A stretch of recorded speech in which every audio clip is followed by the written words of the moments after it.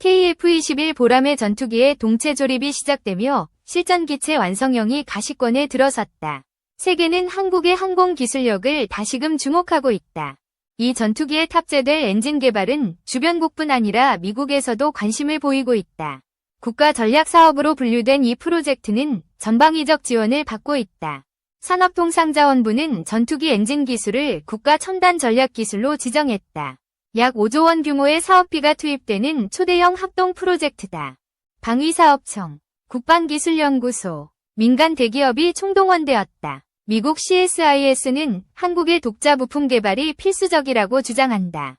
KF-21에 사용된 부품은 대부분 국산화가 완료되었다. 하지만 엔진 개발 상황은 그동안 공개되지 않았다. 최근 16,000파운드급 전투기 엔진 개발 성과가 나타나기 시작했다. 이는 한국의 최첨단 기술력을 세계에 보여주는 계기가 되었다. 기존 KF-21에 적용된 미국산 F414 엔진은 최대 22,000에서 24,000파운드의 추력을 제공한다.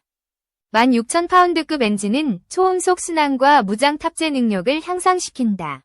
제작 난이도가 높아지지만 이를 극복하면 국산 엔진을 세계 시장에 내놓을 수 있다. 전문가들은 무인 전투기용 엔진 개발로 국제 견제를 피할 수 있다고 본다. 무인 전투기는 유인 전투기에 비해 규범이 덜 확립되어 있다. 이는 개발 과정에서 외부 압박을 줄이는 장점이 있다. 하지만 16,000파운드급 엔진은 유인 전투기에도 적용 가능하다. 개발이 진전되면 주요 국가들의 견제 수위가 높아질 가능성이 있다. 군사용 핵심 기술은 미국의 국제 통제 대상이 될 수 있다. 무인 전투기라는 명분만으로 완전한 자유를 보장받기는 어렵다.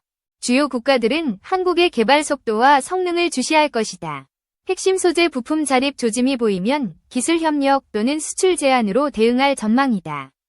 하나에어로는 영국 롤스로이스와 협력해 엔진 제어 장치 시스템을 구축했다.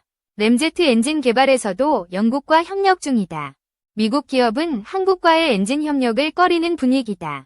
F414 엔진 부품 납품으로 이익을 유지하려는 전략으로 보인다. 한국이 램제트 엔진을 빠르게 개발할수록 미국 엔진 기업의 입지가 축소될 수 있다. 반면 롤스로이스는 협력에 적극적이다. 램제트 엔진의 애프터버너 기능 개발에서 영국이 큰 도움을 주었다.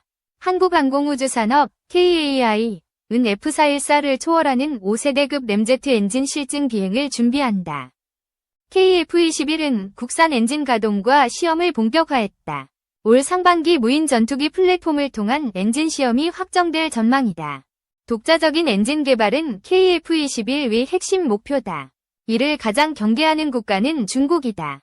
중국은 FC-31 전투기를 홍보하지만 KF-21의 성능과 국산 엔진이 주목받는다. 중국 언론은 한국의 엔진 개발에 경악하며 결함 가능성을 제기한다. 한국은 중국의 비판을 무시하고 시험 비행을 발표했다. 전투기 엔진 개발은 전차 파워팩보다 훨씬 어렵다. 고온 고압 환경에서 수천 도의 열을 견뎌야 한다. 미국, 러시아, 프랑스만 독자 기술을 축적해왔다. KF-21 개발 과정에서 부품 국산화는 진행되었지만 엔진 코어 제작은 별개의 도전이다. 해외 완제품 구매는 기술 이전 거부로 인해 위험하다. 고온 합금 소재와 코팅 기술은 미국조차 완전 이전을 거부한다. 군용 엔진 기술은 국가 안보와 직결된다. 엔진 개발 능력이 없으면 수십 년간 해외 의존이 불가피하다. 그 비용과 제약은 상상을 초월한다. 두산의 참여는 이번 프로젝트에 주목할 점이다. 하나에어로스페이스가 엔진 분야를 독점해왔지만 두산이 소재 사업에 뛰어들었다. 두산은 가스터빈 국산화로 초고온 합금 소재 경험을 쌓았다. 전투기 엔진의 블레이드와 터빈은 고열을 견뎌야 한다. 연소실과 터빈의 온도는 천문학적 수준이다. 가스터빈과 원리는 유사하지만 공중 환경은 훨씬 가혹하다. 두산의 소재 노하우와 하나에어로의 조립 역량이 결합하면 고성능 엔진 개발이 가능하다. 중국이 40조 원을 투입해도 이루지 못한 벽을 깰 수 있다. 엔진 개발은 KF-21 후속형뿐 아니라 무인 전투기 시장도 겨냥한다. 정부는 무인 전투기의 비중이 커질 것으로 보고 있다. 중국의 대형 무인 전투기는 4세대 전투기에 준하는 성능을 목표한다. 한국도 저출력 엔진으로는 한계에 부딪힐 수 있다. 엔진 개발 경험이 없는데 대형 엔진을 시도하는 것은 위험하다는 의견도 있다. 하지만 정부는 범용 엔진 플랫폼 확보를 목표로 한다. KF-21 블록 3은 스텔스 기술을 강화한다. 엔진 배기 노즐에 한국형 스텔스 기술을 적용해 탐지 가능성을 낮춘다. 스텔스 형상 노즐은 온도 하락과 저피탐 성능을 획기적으로 개선한다. 램제트 엔진 시험은 2년간 안정성을 우선으로 진행된다. 4만 파운드급 엔진은 라팔이나 유로파이터보다 강력하다. 2030년까지 개발 완료가 목표다. 한국은 세계적인 가스터빈 엔진 기술 보유국이다. 이를 바탕으로 2030년 초반까지 램제트 엔진을 국산화할 계획이다. 자주 국방을 위해 독자 기술로 전투기를 제작하는 날이 다가오고 있다. 지상 방산의 저력이 하늘에서도 발휘된다. AESA 레이더용 단일칩 국산화도 성공했다.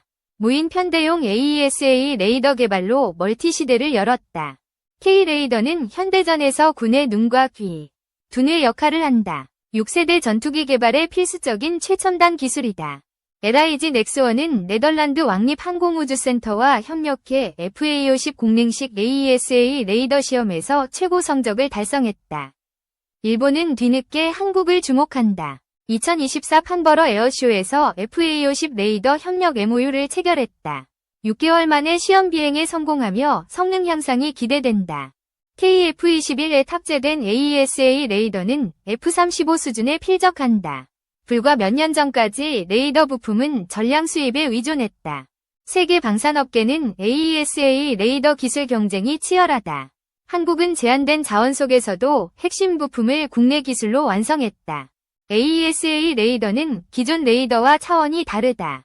전파를 발사해 반사된 신호로 물체의 위치를 파악한다. 기계식 레이더는 안테나를 회전시켜 목표물을 탐지한다. 포항급 초계함의 S1810 레이더는 2초에 한 번 신호를 갱신한다. 저속 물체 탐지에는 적합하지만 고속 미사일이나 전투기 탐지는 어렵다.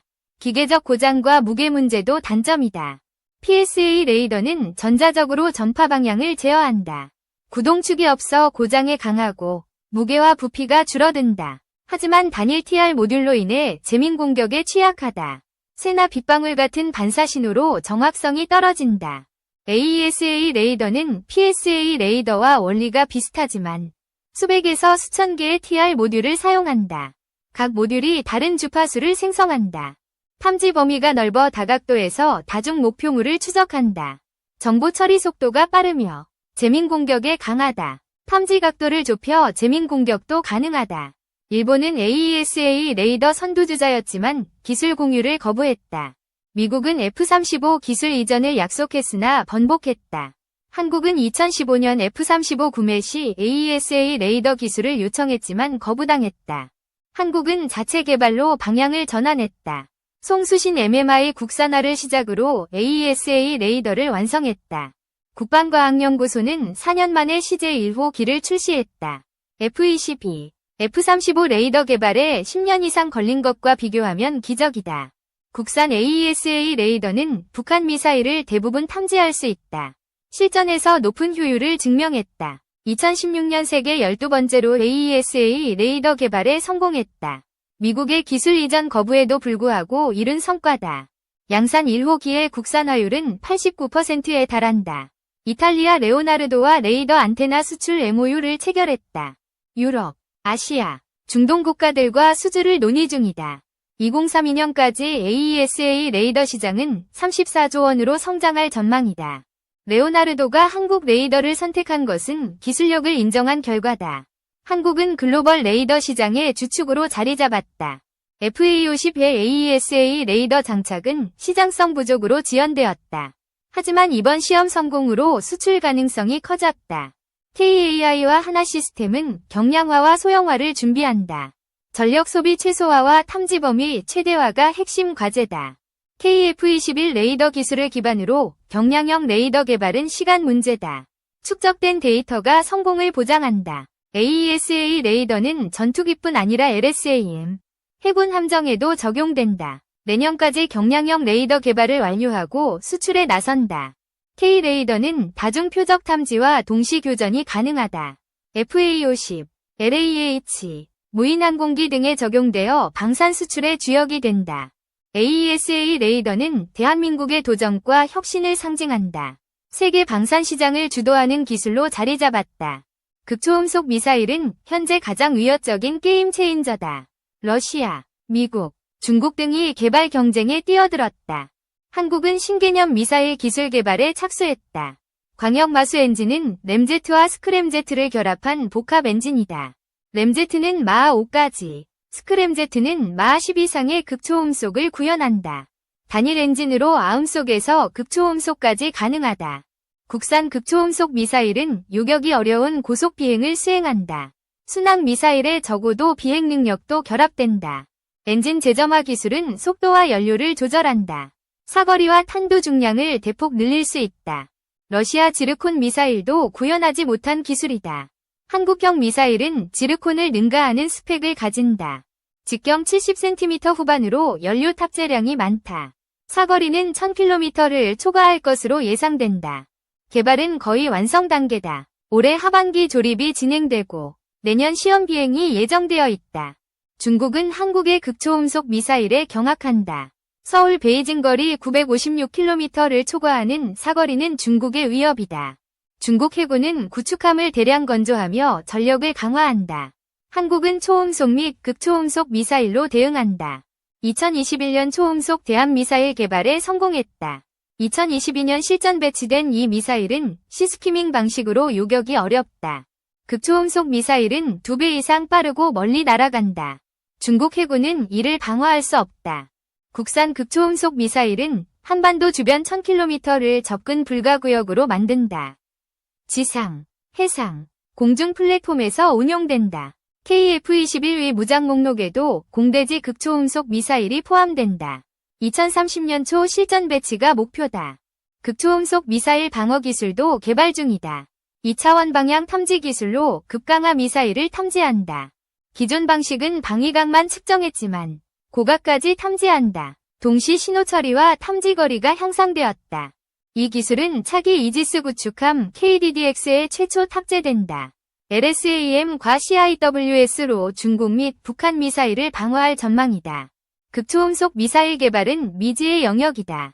한국은 독자적으로 기술을 개척하며 선도한다. 미국도 개발에 난항을 겪지만 한국은 매일 새로운 기술을 공개한다. 이는 기술력에 대한 자신감을 보여준다. 최강의 창과 방패를 동시에 갖는 대한민국의 미래가 기대된다. 방산연구진의 노고에 응원을 보낸다.